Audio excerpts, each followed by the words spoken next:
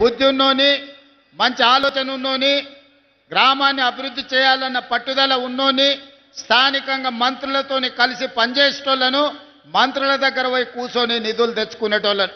ఇవాళ ఉస్నాబాద్కి ఎందుకు వచ్చినాయి నిధులు? పొన్నం ప్రభాకర్ ఎమ్మెల్యేగా ఉన్నాడు, మంత్రిగా ఉన్నాడు కాబట్టి ముఖ్యమంత్రి దగ్గర వచ్చి కూర్చొని కొట్లాడి నిధులు తెచ్చాడు. రేపైనా మీ గ్రామాలకు నిధులు రావాలంటే ఆ సర్పంచ్ ఎమ్మెల్యే దగ్గరనో మంత్రి దగ్గరనో కూర్చొని ఈ ప్రభుత్వంలో నిధులు తెచ్చుకోవాలి. మంచిగా అడిగితే నిధులు వస్తాయి, మాట్లాడితే నిధులు వస్తాయి, మన సమస్యలు చెప్పుకుంటే నిధులు వస్తాయి. తద్వారా మన సమస్యలు పరిష్కారం అవుతాయి, గ్రామాలు అభివృద్ధి చెందుతాయి. మేము ఎన్ని వైరుధ్యాలున్నా కేంద్రానికి ఇన్నిసార్లు పోయి రాష్ట్రానికి అవసరమైన నిధులు తీసుకొస్తున్నాం. అందుకే ఈ గ్రామ పంచాయతీ ఎన్నికలు మన గ్రామాలలో వెలుగులు నింపే ఎన్నికలు. మీరు మంచోళ్ళను చూసి ఎన్నుకోండి.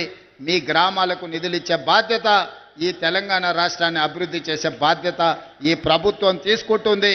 ఇంత ఆలస్యమైన ఇన్ని వేల మంది ఉండి ఆశీర్వదించడానికి వచ్చినందుకు మీకందరికీ ధన్యవాదాలు, కృతజ్ఞతలు తెలియజేస్తూ సెలవు తీసుకుంటున్నా.